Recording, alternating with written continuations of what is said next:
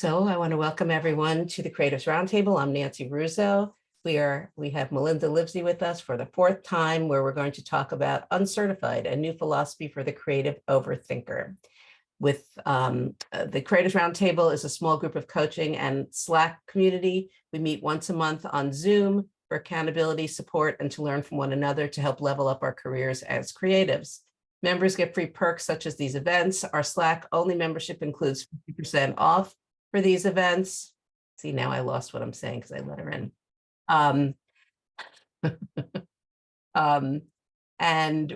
Both Slack and group members can participate in our weekly focus sessions, which is co-working, very active conversation channels on Slack, and our happy hour. Registration is open now through June 15th. We have a very, very, very limited number of spots available. Coming up in May, we have 3 health-related events. I don't know why I decided to do that, but I did. The first one is your career hurting your back? Learn how to relieve pain and increase creativity through Pilates. Second one is work smarter, not harder. Unleash the power of the positive intelligence operating system. And the third one is improve your productivity with Ayurveda. And in July, we have writing for SEO and humans. Everyone who's registered will be added to our email list. You can always unsubscribe. Melinda is a graphic designer turned brand strategist and founder of the Brand Strategy Bootcamp. Her aim is to make brand strategy and life easier for the creative overthinker, and believes that curiosity is the only certification that creatives need. This is going to be a conversation led by Melinda. There's not going to be a presentation. We're going to all talk. So we're asking everyone to keep their cameras on. It'll probably be easier if you raise either your actual or digital hand. We're a small group, but we do want to hear what everyone has to say. So I'm going to say, welcome, Melinda, and you can get started. Thank you, Nancy. It's so nice to be back, and I see some familiar faces. So it's always fun to see that. Before I share this new philosophy that I've been thinking about developing, I say that I'm developing it out loud. So as I talk about it, it starts getting more clear to myself as well as others. So thank you for giving me this opportunity to have a conversation with you about this. I'm curious who here would identify themselves with being an overthinker at any point in your life. Yeah. Okay. So I'm not alone here. I just wanted to make sure that I'm not just talking to people that have this totally down. Yes, I definitely consider myself an overthinker. I go in rabbit holes. I will compulsively sign up for courses. Anyone a course addict or recovering course addict here? Kind of, yeah. Or at one point in your life, yeah, definitely me. I go for buying a course and I have to get myself to not press the buy button. So I am an info hoarder. I overthink things. And I've done this my entire design career. I've noticed that right before a project goes out, how do you know that it's done? Usually there's a deadline. But I'm curious, how does this show? So some of you have raised your hands that you bought courses, that you overthink things. How has this shown up for you? I'm just curious for other people. How has this shown up for you in your work life, in your creative life, the overthinking, the info hoarding, course addiction? I definitely have bought courses that I still haven't finished. And some of them are years old. Some of them are new. I've stopped myself from buying something just yesterday. I think that there are definitely things that I'm interested in. So I sign up for them all excited, and then I just don't have the time. What about anyone else? I feel the same way, and I'm too in the same boat with things I've not completed. And I think, we're also fed a fear of falling behind, missing out, all that stuff. What if I don't keep on the cutting edge of my profession? Everybody's going to surpass me. All this kind of stuff comes into play. And what our clients know about it? I don't know, but we're deluged with technology changes. I was gonna say for me, it was books. I've gotten better. Yeah, before it was an issue. Like I would read at least 2 a month. No, 2 a week. So I was doing like 100 books a year. and I was not retaining all that information. And whenever I worked on a project, because I had so much information, I felt like I didn't do enough, you know?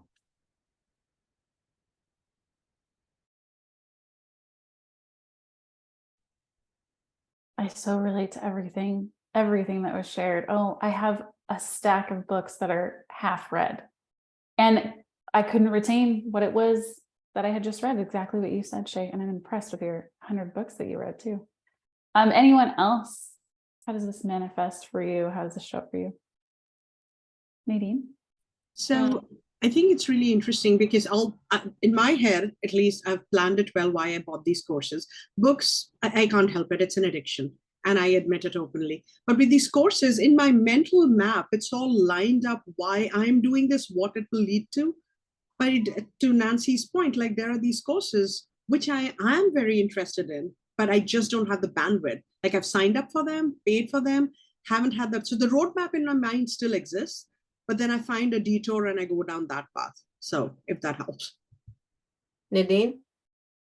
Yeah, kind of what's been said. So I'm getting better at not signing up for every course, but I find you get so overwhelmed, and then it's like shiny object syndrome, where you're like, oh, this is a better way to do it, and then something else pops up, and you just never finish anything. You never get to fully implement it, and then it just gets overwhelming. Yeah, definitely. Do any of you relate to the idea of looking for the right way? I know you said, Nadine, the better way, but also does that kind of overlap with finding the right way to do something? I was definitely doing that with LinkedIn, and I signed up for the Sales Navigator course, which Kara did as well. Yamilka did as well. It was really, I mean, the presentation was amazing. It was really great. And I'm definitely halfway through the self-led course, and I'm saying, well, Sales Navigator is going bye-bye over the summer, you know, because I'm really not using it to its full potential. So definitely I'm feeling that. Linda?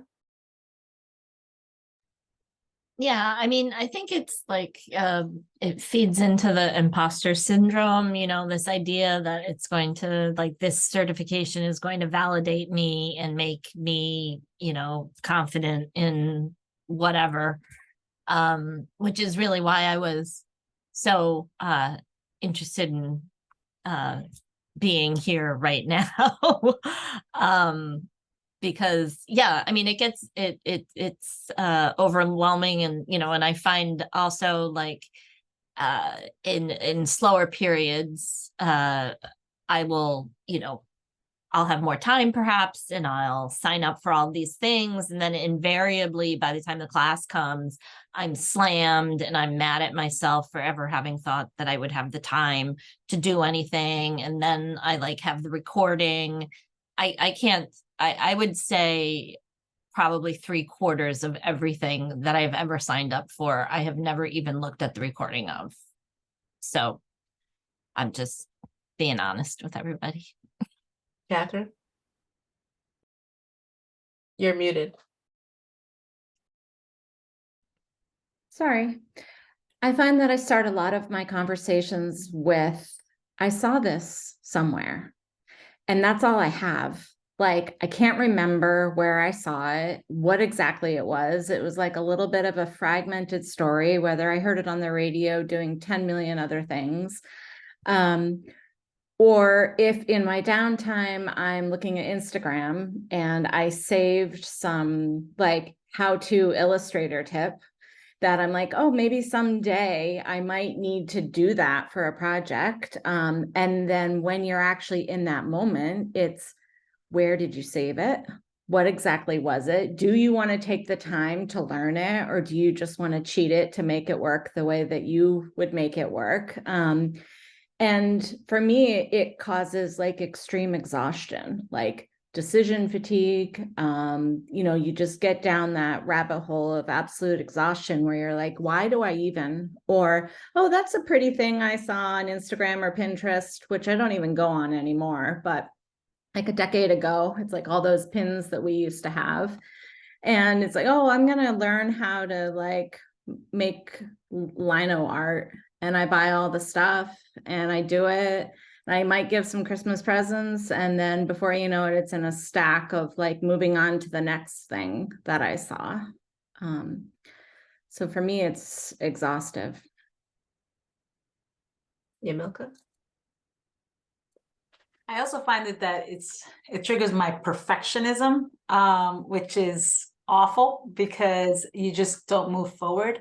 For instance, and I have a witness here. I've been planning on outreach since January, and I was just like, it's gonna be perfect. And guys, it's May, and but it has to be perfect, and might be perfect for next January. We'll see. But in the meantime, technology is moving so fast that by the time I go back, things have changed.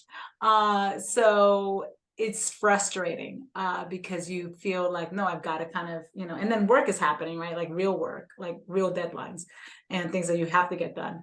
And then you realize, oh, why am I trying to chase after this? This is just not ever gonna work out the way, the perfect way. And I've let go of the illusion of perfectionism, but at least that for today. We'll see tomorrow. It might be different.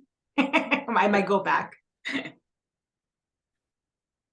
Yes, I can relate to everything y'all are saying. I'm hearing the fear of falling behind, especially the technology changes that too will do it. The addiction to books, can't retain what we're ingesting, being on autopilot, feeling that perfectionism that you just mentioned, decision fatigue, exhaustion, and it feels frustrating. And things going back to the whole technology moving so fast too, and feeling like, oh no, if I don't have this next thing, I'm going to fall behind. And I want to tell a story of how this came about, how this idea came about. This was a couple years ago. Maybe it was 2020. It was when Clubhouse was all the rage, 2020, 2021.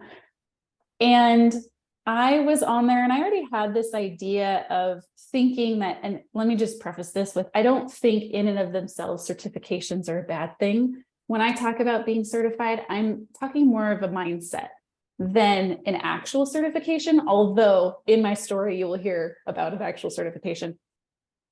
So my co-coach who I work with, we were talking about our boot camp and just laughing how we don't want to give certifications in our own boot camp because it just felt wrong for us. The way we teach, the way we show up, we're trying to help people find their own way of doing things, not to wear a badge of our process or the way we do things. We want everyone to find their own and we want to help people do that.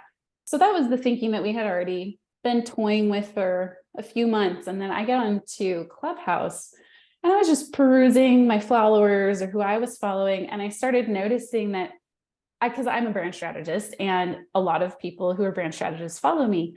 And it's still, and a lot of us are coming from the creative world going to brand strategy versus a lot of that world will come from marketing. But in the industry that I work in and the people that I hang out with, a lot of us we're creatives or are like designers and other types of creatives that have moved a little bit into brand strategy. Maybe we add it to our services, maybe we're switching over to it.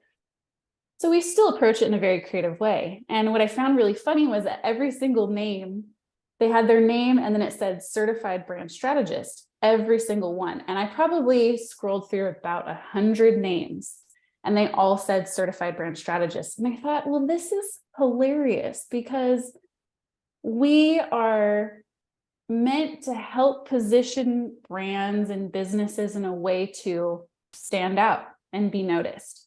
Yet we are all falling into this trap of being on autopilot.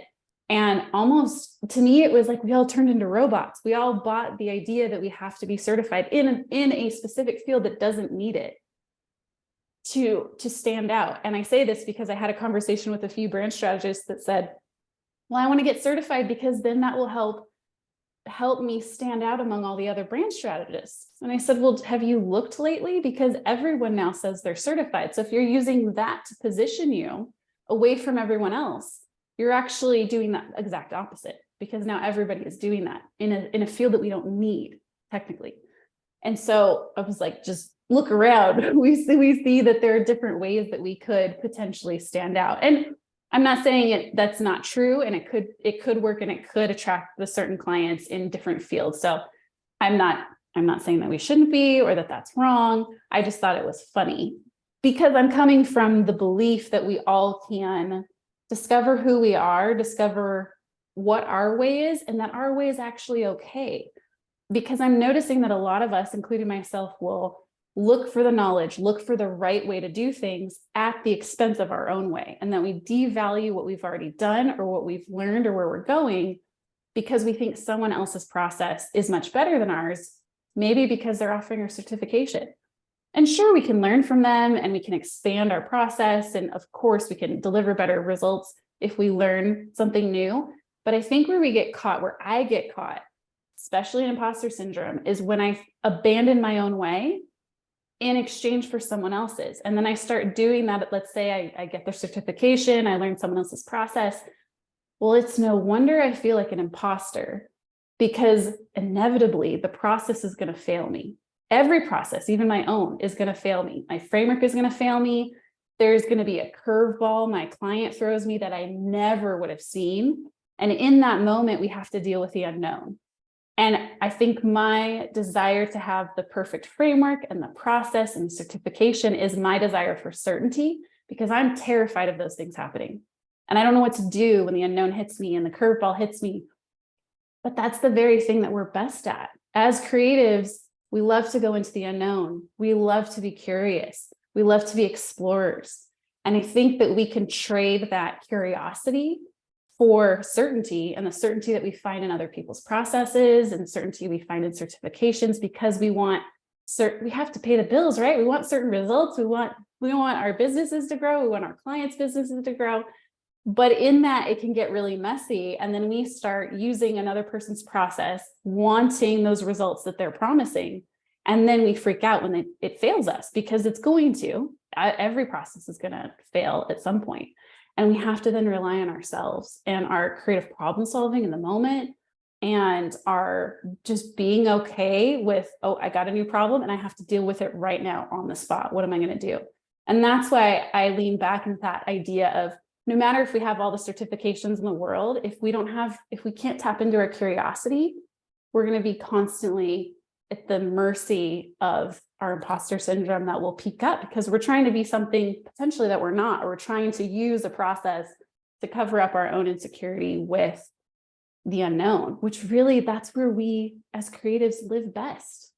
So that's my spiel, and that's the story of where this started to come about. And I've been thinking a lot about it. And so my business has moved into, it's called Uncertified. We have a manifesto, and we're very much into the growth mindset, learning on the job, sharing what we're learning, and constantly growing and evolving and sharing those things that we learn with each other, because we don't believe that there is one right way to do things, although we can learn from everyone. So thank you for letting me rant for a minute, but I'd love to hear anybody's thoughts if anything sparked your interest, or if you can relate to anything that I shared. I actually, it's great that I can just talk when I want to hear. I had two things that, that kind of balanced each other last week. I'm a mentor for Adobe for their student portal. And so one of the questions last week that we have these Ask Me Anything events was, do you need to be certified and go to college to be a graphic designer? And I, who went to college and have a degree in graphic design, said, no, not anymore. And I couldn't believe the words came out of my mouth, because I said, as long as you learn the process, whether you do it online, on YouTube, or through books, or whatever it is, and possibly get a job working for an art director that can teach you more in person. And then the next day, I was looking at student portfolios for Tyler College of Art. And all of these students have these phenomenal portfolios, and they're all like, we've been looking for jobs for a while. And like, will we get them? And I said, there are a lot of people out there looking. You just got to keep pounding the pavement, and I don't think that their degrees will help them a ton, but they'll definitely, I think, be a step ahead of the people without them. So, I mean, just in that instance, the whole degree versus non-degree, certified versus non-certified. But I also really related to the whole process thing because I see in the Creatives Roundtable chat, people will say, does anyone have a process for, for sending out emails after somebody signs up for your email list? Or does anyone have a process for signing on a new client? And probably what they've been doing is fine. But everybody wants to, live through someone else because it must be better. Jenny, we want to say what you said? Me? Yeah. Yeah. I put it in the chat and I said, yeah, I've been seeing a lot lately of all these different kinds of certifications, whether it's marketing, I'm a story brand marketer or whatever all that is. And then the AIGA has been marketing to us about a professional design certification. And I'm looking at this thinking the same thing. Should I get on board with that? Am I going to be left behind? Does this mean I won't qualify like somebody else?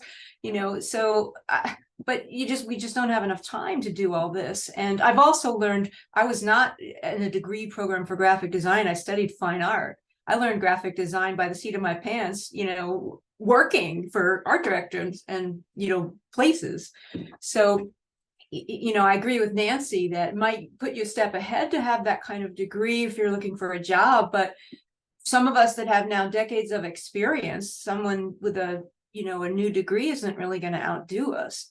So it's confusing, to people. It's very confusing to those of us that are actually doing it and people that are trying to study it. Yamilka?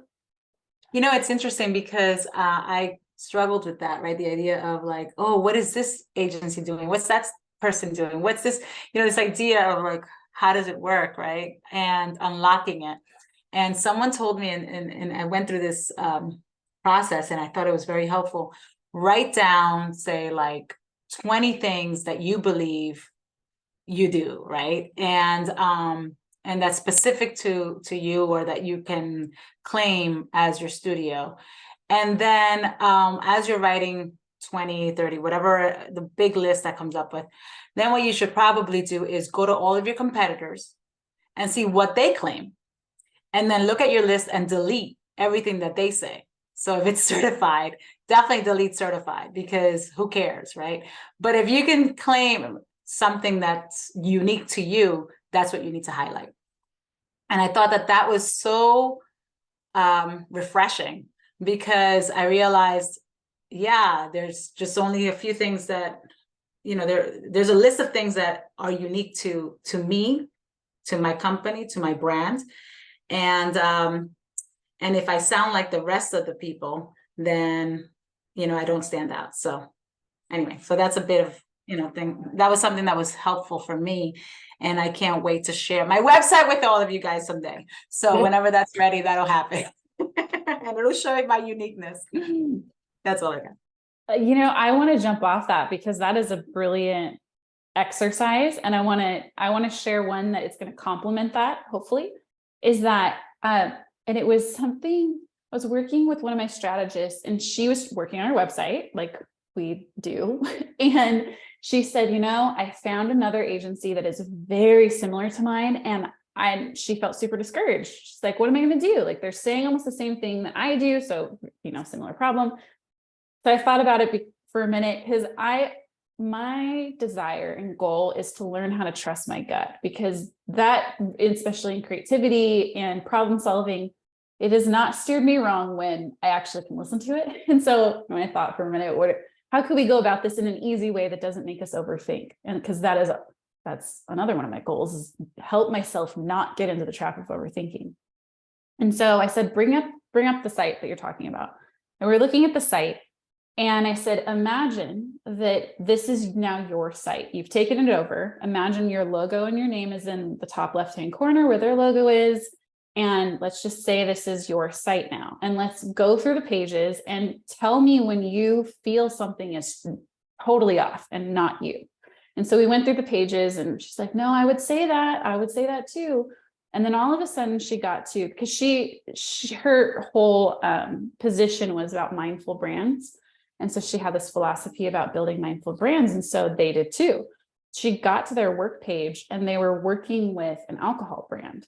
And she's like, that right there wouldn't be on my site. And I was like, good, tell me why. And so she was able then to articulate her beliefs better in a way where she said, this is my belief that I work with, what did she say? It was health and wellness brands and products that are good for the mind, body, and soul. And so she worked under the belief that alcohol wasn't. And so that was her specific belief. And so she's going to attract people that believe a very similar thing.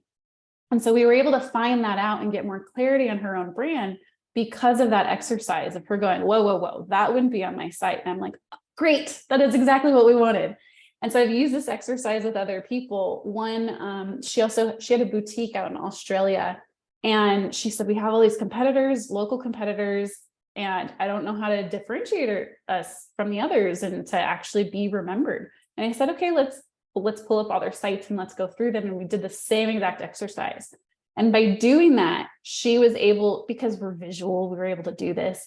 We were able to see and position her in a unique way, and not even just a unique way, it's just her. We were able to find out what was their business, what was unique to them already, but we were able to see it so much better by just opening up those other sites, imagining that was her logo and being like, ooh, no, we would never take photos like this. And then I could dig into, okay, why? Why would you not show up like this? Why would you not say those things? What would you say instead? And by doing that, it was very similar to what Yamilka said about the writing down the 20 to 30 things that make you unique. So I would say if you couple those two together, that it might help a lot in positioning you. But yeah, it's all about finding out. I think that's the thing that I noticed as I was looking at these certifications and all this is, yes, we want the business results, but are we also sacrificing who we really are for those business results? Because I have a belief that we can have both. And I like to go about it in the way where I still feel true to myself and my business and my creativity.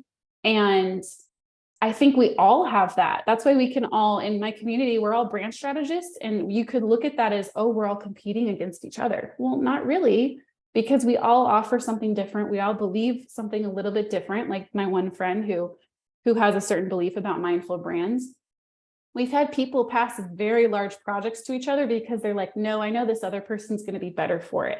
Whereas if you're in a room of all the same people with the same certification, all it does is set up competition. At least that's how I look at it, is that it's turning us into robots that do the same thing and are known for the same process. But really, I think we all bring such a unique thing to the table that will attract certain clients to some and some clients not to the other. And that's okay. Because I think there's enough to go around. And if we all own who we are and how we show up and how we work, that we all can have enough. And if we know that about each other, we can start recommending each other for things. And then it becomes more of a community than any type of competition, because that's not my jam. Competition is not my jam.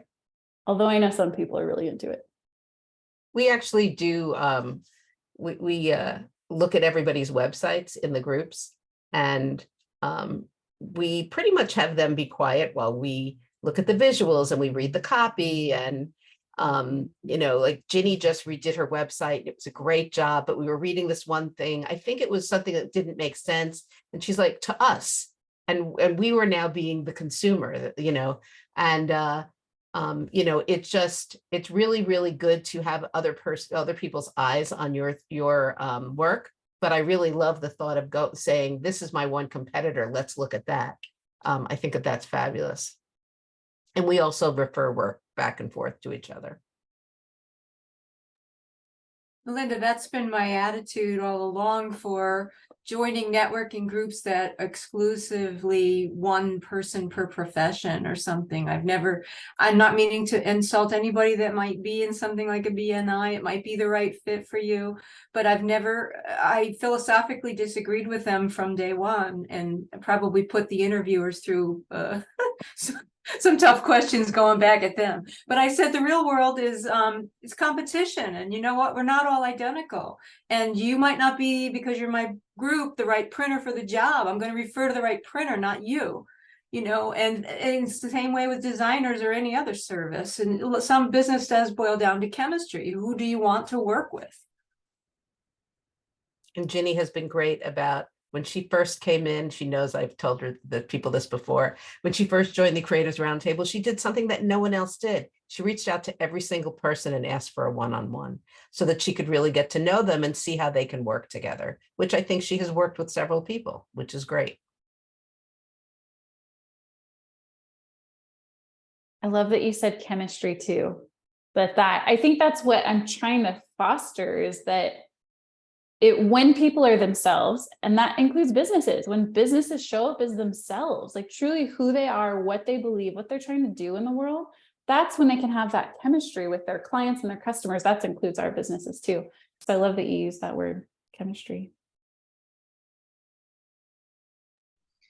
I wanted to say something. I'm just thinking about the word certified and how for each one of us, our own journey with certification evolves over a period of time, right? When you're just starting out, that's the only way you see yourself, because that's so deeply ingrained. Get this, that's validation. But I think the more experience you get, there's a shift in perspective. And I feel like that's true across industries. And like I see that in the holistic wellness world, like my clients don't come in and ask for my certification. They'll ask me, can you help me with this? But I remember when I just started, I was like, oh, I need to have my certificates on the wall, because it was more inner validation, or let people know that, okay, you're safe with me. But I think it's all about the experience, the confidence, the community building. And I love that. Like, don't do competition. It's a big pie. There's a little sliver for each one of us. So just learn to enjoy it, through referrals and helping other people. But I can see that transition in our emotional attachment to certifications. The better we get at what we do, and better again is relative. And I feel like it's more number of years, the different diversity of clients we work with, all of that reminds us, like, you need to be good at what you do.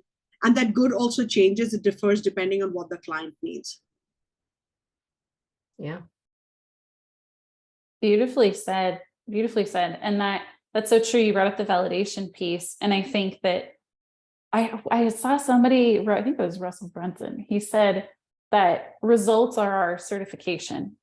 And I thought that was super interesting too, because like you had just said, we get over time with our skill, we get better at what we do and delivering results to our clients and all of that. And at the moment when we're first learning, all we have to show is that we learned something, because we haven't actually been able to implement it yet and to get those results when we're really new at something. But here's the catch that I'm noticing, is that especially as a creative who's curious, with all of the technology changes and industry changes, economy changes, all of that, we can always feel like we're going back to square one, like we're going back to zero. And so that is a trap that we could potentially fall into as well, because it could happen at the beginning of our career, and it does often do that, where we look for those degrees to give us that next thing.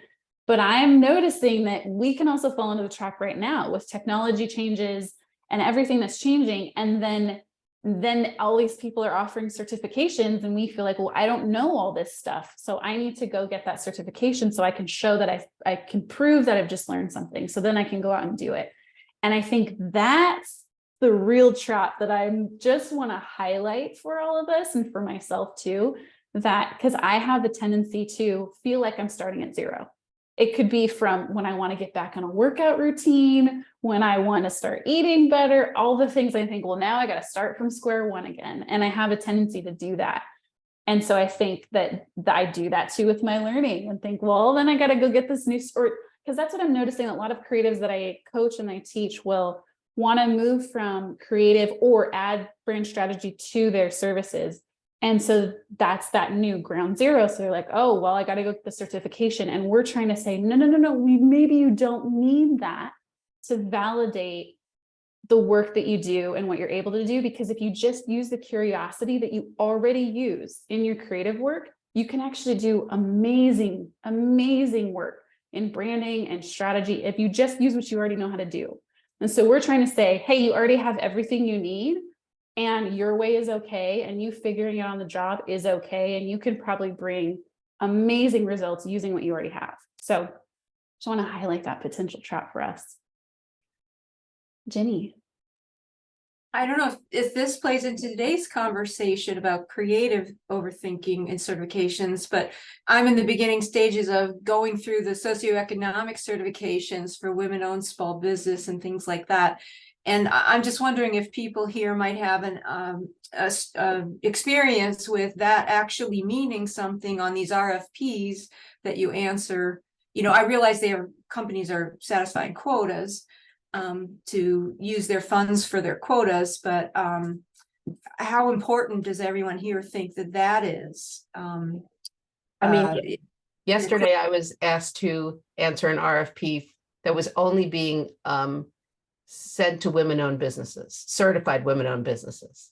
And you know, there have been people who've hired me because I'm a certified women-owned business and they like my portfolio, you know, but you know, I think that it's a crapshoot, just like every other certification. You know, it's either going to work for you or it's going to be a hell of a lot of time, a little bit of money, and it's not going to work for you. It's just a crapshoot. Absolutely. I've also seen it benefit me, but recently I applied to be a vendor in the state of Florida marketplace because I have a client and I needed to be a vendor in there. And you can only be listed as a certified woman-owned business if you are a Florida-based business for Florida.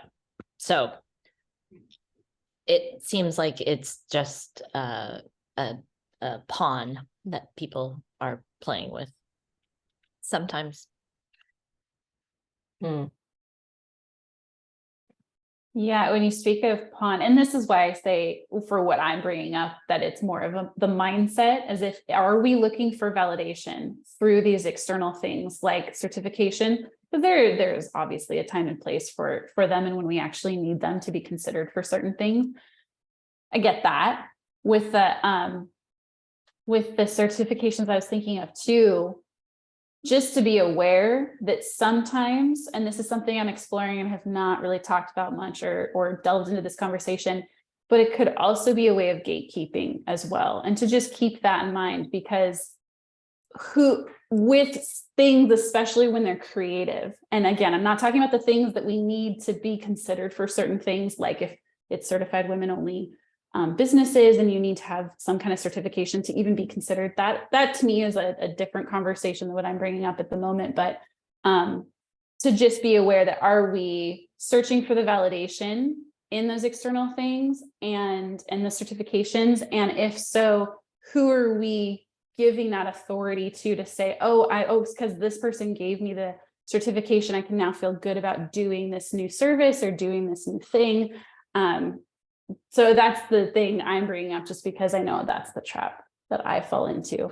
But there are times and places for those certifications when it actually will do something for us. But then it's doing a thing that doesn't have really anything to do with our validation of ourselves and our creative abilities.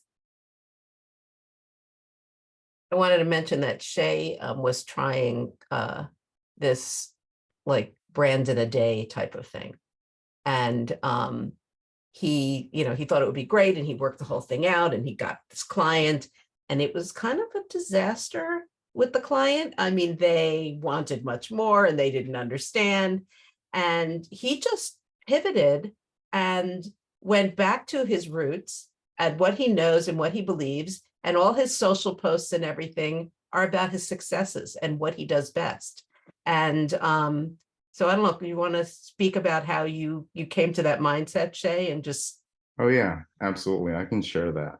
So I think my process through that was, at first I was thinking, maybe I can offer an accelerated version of my logo design and stuff. And so I was thinking that the incentive for the clients or the new people I want to take on would be lower price and faster, faster process.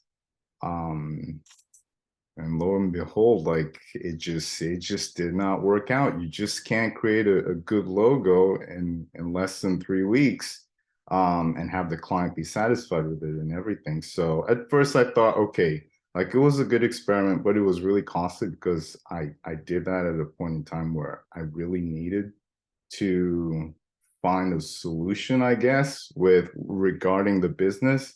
But then I just thought, okay, like through this process, like it's helped me to like, draw out those things that I do really well that I don't even talk about. The clients discover through the process. So I just started putting those out in form of carousels on social media, and it's spurred a few conversations with people. Like there were some people that I met at marketing conferences like 2-3 years ago.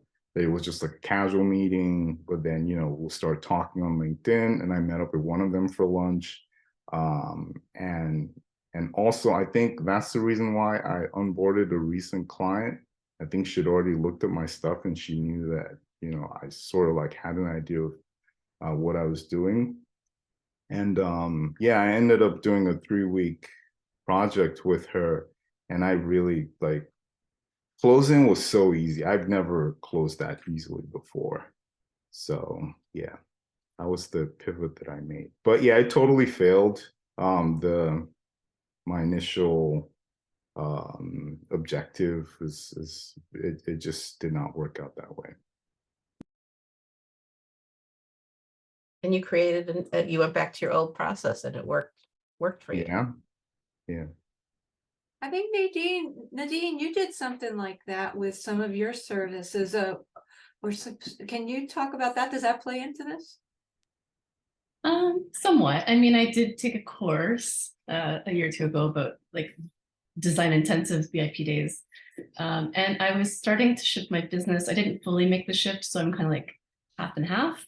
And I didn't follow the process to a T. I made it work for me. So I keep adjusting as I see what works and what feels good to me, because some of the parts of the process they were teaching just didn't feel, it just wasn't me. It just felt maybe a little salesy, a little rushed. So I guess, I mean, to me, it's a success, but like I said, I did it my way, I guess. So yeah, it's working out okay.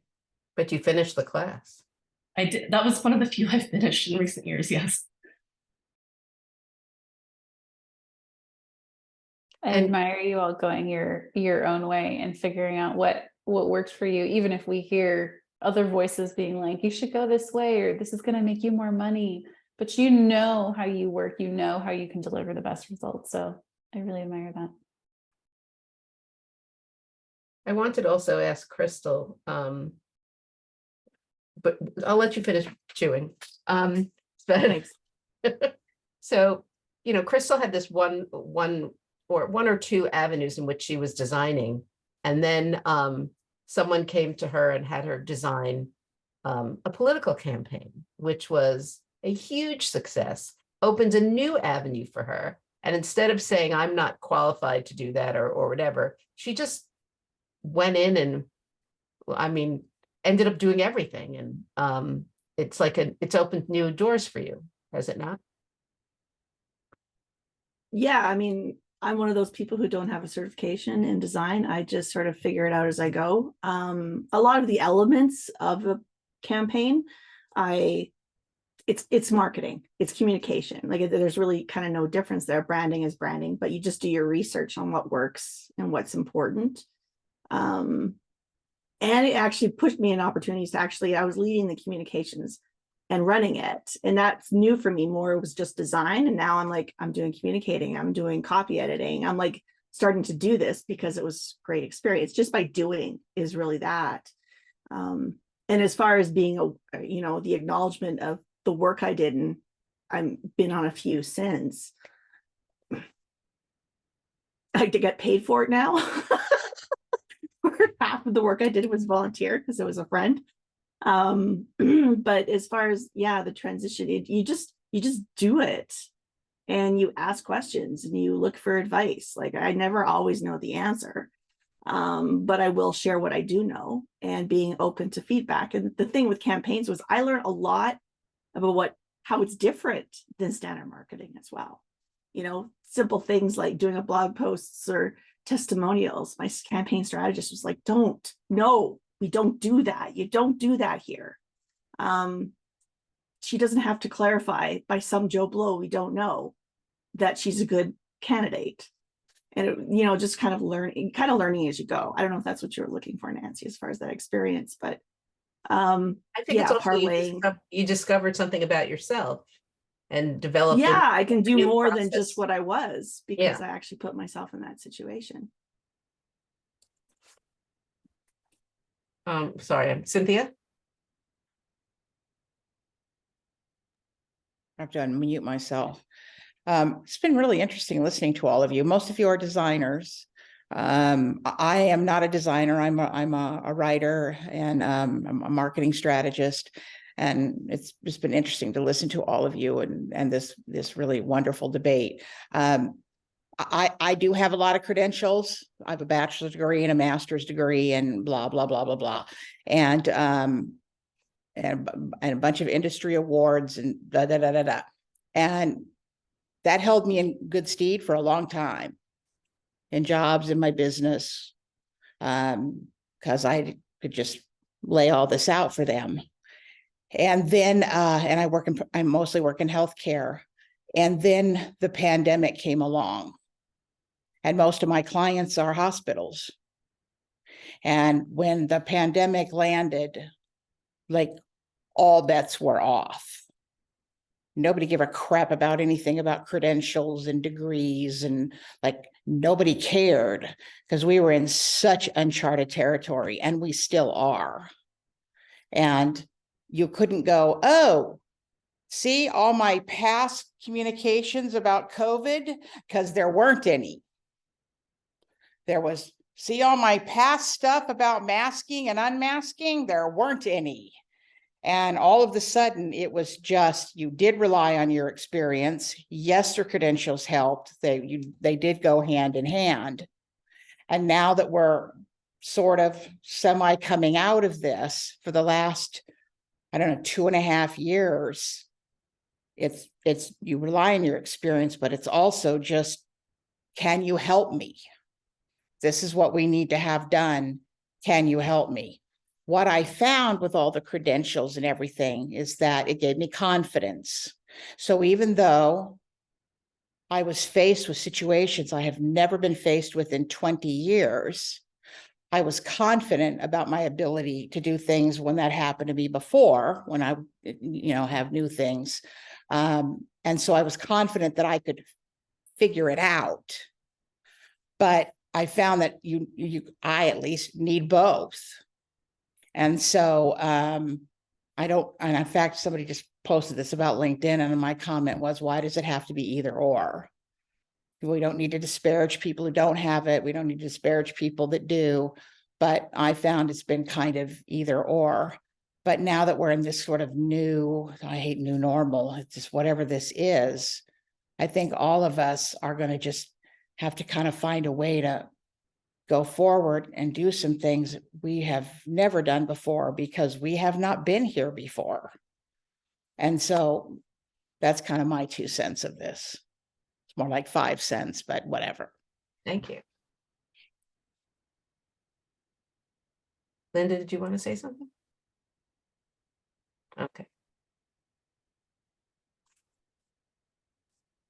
I really appreciate that, Cynthia, and also Crystal too. And you both bring up in different ways that you have mentioned it, that idea of going into uncharted territories and asking questions and being curious. And I think that's really the thing is don't forget that we have that. And that and I think the thing that is coming up at least a lot in the circles I've been into is the whole tech. The whole stuff with the tech moving so fast, and what are we going to do? Are we going to be put out of jobs? And I think even in all of that, to stay curious, because that's going to lead us into the next, whatever it is, and for all of us, into the next phase of our careers potentially. If tech changes some of our careers, or if it enhances it, or whatever it does, that as long as we can remember to stay curious about that. And doesn't mean that we have to learn all the things, or that we have to follow with all of that, but we can still be curious and let our curiosity lead us to whatever that next phase is for us. And versus letting our fear take over. And I only say this because I just talked to my cousin who's a concept artist last night, who is definitely terrified about the new changes with tech, rightfully so. So how can we stay curious? Because that is what we create from, and even how we create our careers as well, and what we go towards next. That reminds me of something Yamilka recently said about embracing AI with Joe's. You want to tell that? Oh yeah, I just feel like, technology moves too fast, and if we're not on it, then we're sort of, it's a problem. Our industry, we do, our agency does storyboards for commercials, and you've got directors, you've got PAs, people who can just literally put in a prompt and come up with something, but I really believe that you need some skills to be able to put in to, Yes. it's a tool, right? It's not just a solution. It's a tool to your craft. So I'm embracing it. I can't get enough of it. And I'm using it in all kinds of ways. I just think it's important. And one of the things I think is, it's going to make up other types of jobs. It's going to create other kinds of jobs. You're going to have to be that, that specialist, the specialist who knows how to write, a prompt specialist, and that kind of stuff. And I think that we need to embrace it. I remember I was so hesitant of social media when it first started. I was like, no, why? And of course, I just opened my Instagram account 3 years ago. So I missed that boat. I'm not missing this one, But didn't you say Joe also started doing some portions of his sketches through AI? Absolutely, yeah. So he's adapting it. So in his case, he can literally draw, say for instance, if we're going to do Samuel L. Jackson, right? There's enough data out there of Samuel L. Jackson, and he can take his Samuel L. Jackson drawing and just sort of throw it in and create a nice concept, so it helps to have the skills of drawing and being able to do it, and then using it as you need. And of course, in our industry, it's about concepts. I'm not selling artwork to say this is Samuel L. Jackson and it's original art and all that stuff. It's not that kind of work. So in my industry, it's going to be something that many people are going to adapt. So you're just trying to sell the concept. So, and Joe's using it. It's a good. I think that you're right. I'm embracing AI. I think that you're right, though, when you said it's a tool and we need to use that to collaborate. So I use AI probably every week. I do stuff. But like you said, you need to know enough about what you're doing to be able to put things in, to be able to get where you need to go. So this whole nonsense of we're all just going to, retire to a beach and the computer is apparently going to do all this on its own is just such nonsense. And that he has enough drawing skills and enough knowledge of what he wants and what he's been doing that he can then put that in and then finagle that. So it has to be collaborative. And I think that's the piece that's missing when they talk about all these scare stories about we're all going to be put out of work, and it's not going to happen. I agree. It's interesting because I think all of us here, the wonderful thing is that we are specialists one way or the other when it comes to our industry, our skill. And no one's going to be able to create that prompt to give to AI to give you exactly what the client is looking for. It's in your brain. You're the thinker. You're the one who's going to be able to give it to AI and say, this is exactly what I need and how I need it. This is my story. This is the design. These are, the typography I need you to use. I can't speak that language. I don't know typography. I don't know certain things, but everyone has their skill. And I think that it's going to really facilitate things for the specialist who knows and is willing to embrace it. I think, my child just created, it was amazing. He's 13 years old. He just created a story, a whole film script. And he spoke about, his imagination is beautiful, right? 13-year-olds are Yeah. And it was quite fascinating. But the idea is that so you can have a 13-year-old do it, but you can also have a specialist who kind of knows what to kind of bring in the storytelling aspect. And it's gonna be exciting, I think. And I think we're all in a very good position to be able to tell AI what we want it to produce for us, and then take our skills and kind of bring that concept into our design, into our logos, into our storytelling, whatever it is that we do. Yeah. Yeah. Become prompt engineers, people, with your specialty. Prompt engineer. Well, I think the biggest concern I have right now is the economics of this. I mean, I remember a couple years ago seeing a commercial and it was like, you know, do you have all these subscriptions and you don't know what they are and where they are? And I thought, well, that's just ridiculous. Who couldn't possibly keep track of their 3 or 4 subscriptions of whatever? What would you need with the new thing? And now forget it. I can't even remember, you know, all the platforms. And yesterday, Microsoft pinged me and I'm doing something for a client and they want a spreadsheet. And I rarely do that. And so I was working and then the box came up and said, you know, you need to upgrade, you know, your spreadsheet here and your Excel, blah, blah, blah. And it's only $70. And most of my clients now are moving to Smartsheet. And so I had to sit there for a minute and I still haven't decided. I'm like, do I want to upgrade that when we seem to be moving away from it? And, you know, and then get a subscription to something else that's, you know, I mean, that's my big concern about technology, not only keeping up, but paying for it. You know, it's interesting. One of the things that I found was when Just hold on, because we're at 2:00. all right. Let's see if Melinda has anything else she wants to say with the. No, I'm good. I'm enjoying this. All right. When the iPhone came out and everyone could take photos, you know, all of my directors, you know, I saw a dip on I was just like, oh my God, what's going on here? Everyone had a camera. They no longer needed storyboards. They could do photo boards.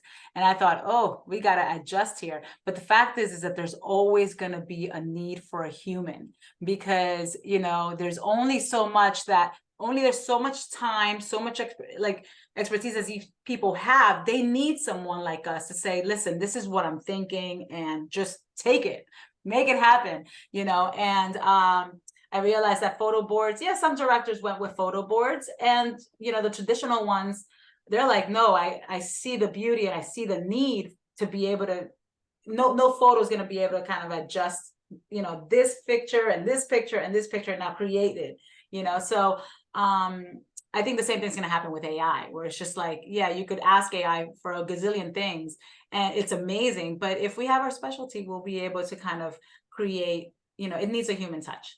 Yeah. That's what I'm saying. So That's all. Melinda, I will let you wrap us up.